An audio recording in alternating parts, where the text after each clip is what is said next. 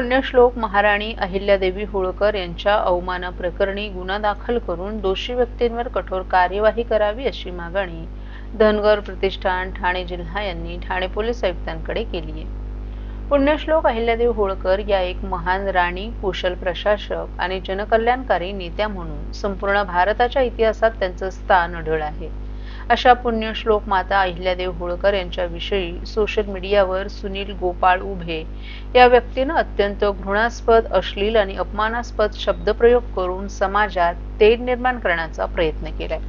या कृत्यामुळे संपूर्ण समाजात संतापाची लाट उसळली असून हे केवळ एका थोर ऐतिहासिक व्यक्तिमत्वाचा अपमान नाही, तर समाजाच्या भावना दुखावण्याचं गंभीर कृत्य आहे। या प्रकरणी आपण तात्काळ दखल घेऊन या व्यक्तीची खरी ओळख पटवून संबंधितांवर कायदेशीर कार्यवाही करून त्यावर गंभीर गुन्हा दाखल करावा आणि हा खटला फास्ट ट्रॅक न्यायालयात चालवून कठोरात कठोर शिक्षा व्हावी अशी मागणी धनगर प्रतिष्ठान ठाणे जिल्हा यांनी ठाणे पोलीस आयुक्तांकडे केली असून तसं निवेदन नौपाडा पोलीस स्टेशनचे पोलीस निरीक्षक संजय दवणे यांना देण्यात आले।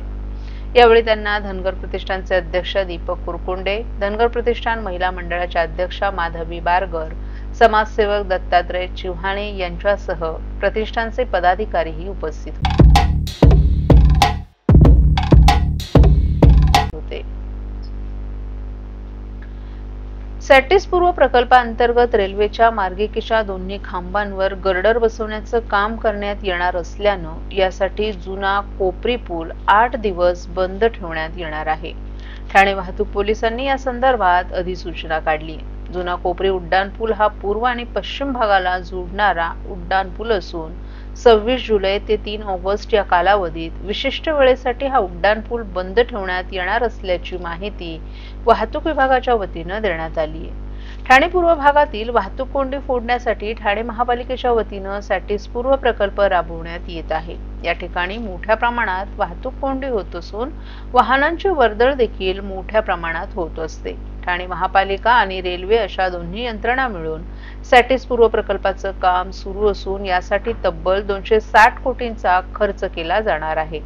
या प्रकल्पाचं कामही प्रगतीपथावर असून या प्रकल्पातील उड्डाण पुलासाठी रेल्वे रुळांच्या दोन्ही बाजूला खांबांची उभारणी करण्यात आली आहे। मात्र या खांबांवर गर्डर टाकण्याचं काम प्रलंबित होतं। काही तांत्रिक कारणांमुळे या कामाला मुहूर्त मिळाला नव्हता। आता मात्र हे काम करण्यात येणार असल्यानं यासाठी 23 जुलै ते ऑगस्ट पर्यंत जुना कोपरी उड्डाण पूल बंद ठेवण्याचा निर्णय वाहतूक पोलिसांच्या वतीने घेण्यात आलाय।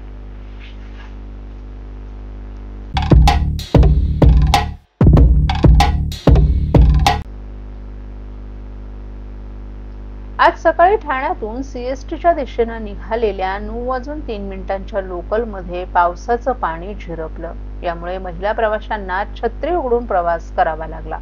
काही महिलांनी डोक्यावर प्लास्टिकची पिशवी अडकवून पावसापासून संरक्षण करण्याचा प्रयत्न केला। पावसानं जोरदार हजेरी लावली। मुसळधार पडणाऱ्या पावसामुळे रेल्वे प्रशासनाचा ढिसाळ कारभार मात्र उघडा पडलाय। दरम्यान मुंबईच्या एसी लोकलच्या छतातून पाणी गळण्याच्या घटनाही समोर येऊ लागल्या। या संदर्भात रेल्वे प्रवासी संघटनेच्या लता आरगडे यांनी तीव्र शब्दात नाराजी व्यक्त केली आहे। मध्य रेल्वेच्या यापूर्वीच्या नॉर्मल लोकलमध्येही गळक्या छताचा इतक्या मोठ्या प्रमाणात त्रास उद्भवल्याचं पाहण्यात आलं नव्हतं, परंतु एसी लोकल ही अत्यंत उच्च दर्जाची सेवा देणारी लोकल असून गळकी असेल तर त्याचा त्रास प्रवाशांनाच अधिक होतो। महागडे तिकीट घेऊन चांगल्या सुविधांसाठी प्रवासी एसी लोकलकडे वळत असले तरी पावसाळ्यातील या त्रासामुळे प्रवाशांची कोंडी होत असल्याचं आरगडे यांचं म्हणणं आहे। भविष्यात सर्व लोकल बंद दरवाजा आणि एसी केल्या जातील असं सांगितलं जात असल्यामुळे नव्या लोकलमध्ये अशी स्थिती उद्भवू नये यासाठी रेल्वे प्रशासनाने अधिक काळजी घ्यावी। रेल्वेच्या निर्मिती होत असलेल्या ठिकाणी एसी रॅकची परिपूर्ण तपासणी करून त्यामध्ये कोणत्याही प्रकारचा दोष नाही याची खात्री करूनच लोकल प्रवाशांच्या सेवेत उपलब्ध कराव्यात असं रेल्वे प्रवाशांचं म्हणणं आहे। महाराष्ट्रातील भगिनींना आधार देणारी राज्य शासनाची मुख्यमंत्री माझी लाडकी बहीण योजना। या योजनेअंतर्गत अल्प उत्पन्न गटातील 21 ते 65 वयोगटाच्या भगिनींना मिळणार दरमहा 1500 रुपयांची मदत। अर्ज करण्यासाठी 31 ऑगस्ट 2024 पर्यंत मुदतवाढ। कुटुंबाचं वार्षिक उत्पन्न 2.5 लाख रुपयांपेक्षा कमी असलेल्या महिला पात्र। कुटुंबाकडे पिवळं किंवा केशरी रेशन कार्ड असल्यास उत्पन्नाचा दाखला आवश्यक नाही। पांढरं रेशन कार्ड असेल किंवा रेशन कार्ड नसेल तर कुटुंबाचं वार्षिक उत्पन्न 2.5 लाखांपेक्षा कमी असल्याचा दाखला आवश्यक। योजनेसाठीचा ऑनलाईन अर्ज नारी शक्ती दूत ॲप वरून किंवा पोर्टलवर भरता येईल। ज्या भगिनींना ऑनलाईन अर्ज भरता येत नसेल त्यांच्यासाठी अंगणवाडी, ग्रामपंचायत, वॉर्ड ऑफिस, सेतू सुविधा केंद्रामध्ये किंवा आशाताई बचत गटाच्या CRP यांची मदत उपलब्ध। आता आपल्याला अभिमानाने म्हणता येईल, सुखी आणि सुरक्षित आहे माझी लाडकी बहीण।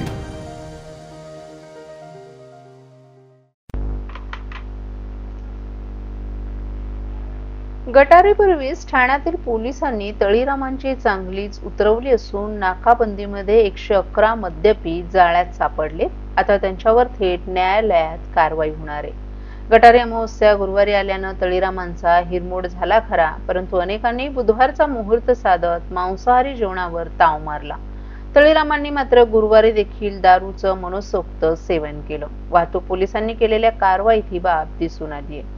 वाहतूक पोलीस विभागानं बुधवारच्या रात्री उशिरापर्यंत 111 तळीरामांना कायद्याचा दणका दिलाय। अशा नशेखोरांमुळे गेल्या काही महिन्यांपासून अनेकांचं डंक अँड ड्राईव्ह मध्ये बळी गेलेत। त्यामुळे अशा घटना घडू नयेत यासाठी गटारीच्या मुहूर्तावर ठाणे पोलीस आयुक्तालयाच्या हद्दीतील 18 वाहतूक उपविभागात ठिकठिकाणी बॅरिकेडिंग करून नाकाबंदी करण्यात आली होती। यामध्ये दुचाकीस्वार, चारचाकी वाहन चालकांची कसून तपासणी करण्यात आली। यासाठी ठाणे पोलीस आयुक्तालयाच्या हद्दीतील प्रत्येक पोलीस ठाण्याअंतर्गत वाहतूक पोलिसांची 2 अशी एकूण 35 पथकं तैनात करण्यात आली होती। ठाणे वाहतूक पोलिसांची 550 कर्मचाऱ्यांची टीम तयार केली होती। शहरातील अनेक हॉटेल्स आणि परमिट बार मध्ये मद्यपी आणि खवय्यांची गर्दी वाढू लागल्यानं पिऊन धिंगाणा घालणाऱ्या ठाणे पोलीस, वाहतूक पोलीस संयुक्तपणे त्यांच्यावर कारवाई केली। ही कारवाई अशाच पद्धतीनं पुढेही सुरू राहणार असल्याचं वाहतूक विभागाकडून सांगण्यात आले।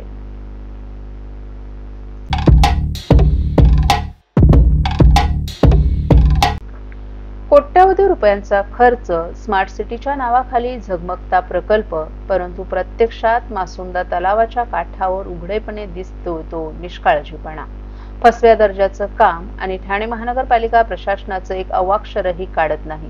येथील लावलेल्या रेलिंग, काचेचे पदपथ, LED लाईट व्यवस्थांची दुरावस्थी झाल्या असल्याचा आरोप आता ठाणे काँग्रेसनं केला आहे।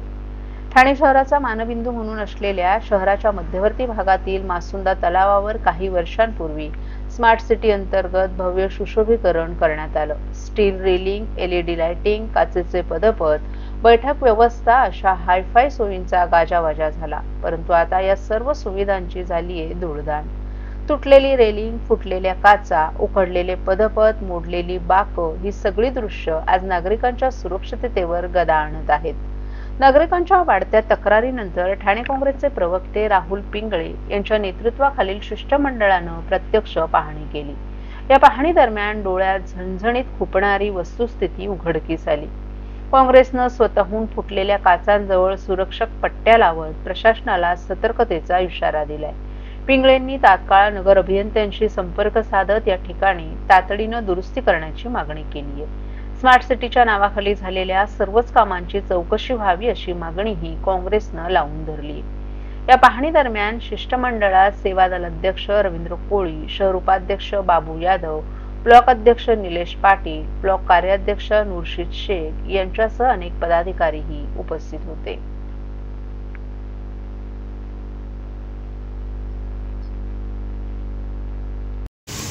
ठाणे शहरातलं अतिशय लोकप्रिय ठिकाण म्हणजे हा मासुंदा तलाव आहे आणि मोठ्या प्रमाणामध्ये ठाणेकर नागरिक असतील किंवा पर्यटक या ठिकाणी फेरफटका मारायला येतात।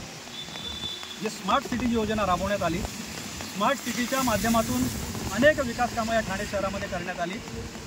त्या माध्यमातून या ठिकाणी एक काचेचा पदपथ आणि या पूर्ण आजूबाजूच्या परिसराचं सुशोभीकरण, या शिवाजी पथ परिसराचं सुशोभीकरण करण्यात आलं। परंतु तुम्ही आता बघितलं असेल, फार कमी कालावधीमध्ये म्हणजे काही वर्षामध्ये या ठिकाणी या पदपथाची आणि बाजूला केलेल्या सुशोभीकरणाची अत्यंत दुरावस्था झालेली आहे। याच्या लाद्या काही ठिकाणी उखडलेल्या आहेत। या ठिकाणी जे संरक्षक रेलिंग या ठिकाणी लावलेले आहेत ते संरक्षक रेलिंग या ठिकाणी तुटलेले आहेत, परंतु कुठल्याही प्रकारची देखभाल नाही। ती संरक्षक रेलिंग तुटल्यानंतर त्याला जोड देण्यासाठी त्या ठिकाणी बांबूचा वापर केलेला आहे। थोडंसं पुढे आल्यानंतर जी जी बैठक व्यवस्था केलेली आहे त्या बैठक व्यवस्थेवरती बसवलेल्या लाद्या असतील किंवा त्या बैठक व्यवस्थेवरती बसवलेलं मार्बल असेल ते त्या ठिकाणी पूर्णपणे तुटून गेलेलं आहे. आणि सर्वात महत्त्वाची बाब म्हणजे ह्या पदपथाला बसवलेल्या काचा या अनेक ठिकाणी त्यांना क्रॅक गेलेल्या आहेत. त्या काचा त्या ठिकाणी वरती आलेल्या आहेत. दुसरी गोष्ट की या पदपथावरून सकाळच्या वेळेस ज्येष्ठ नागरिक असतील, लहान मुलं असतील, मोठ्या प्रमाणामध्ये या ठिकाणी वर्दळ असते किंवा मार्केट जवळ असल्यामुळे मार्केटची लोकं असतील, सेल्फी काढायला तरुणाई या ठिकाणी उभी असते. आणि अशा पद्धतीने जर हा काचेचा जो बनवलेला पदपथ आहे त्याला कुठेतरी त्या ठिकाणी क्रॅक गेली असेल तर ते अत्यंत धोकादायक आहे. त्यामुळे आज आम्ही काँग्रेस पक्षाच्या शिष्टमंडळाच्या माध्यमातून या ठिकाणी पाहणी केली आणि या ठिकाणी ज्या ठिकाणी काचा तुटलेल्या आहेत त्या ठिकाणी रेलिंग आणि डेंजरसच्या पट्ट्या त्या ठिकाणी लावलेल्या की जेणेकरून त्या पट्टीवरनं कोणी त्या ठिकाणी जाऊ नये आणि एखादा अपघात घडू नये. जर मागणी पूर्ण झाली नाही, सुरक्षा हे झाली नाही तर स्मार्ट सिटीमध्ये याच्या आधी सुद्धा हे झालेलं होतं.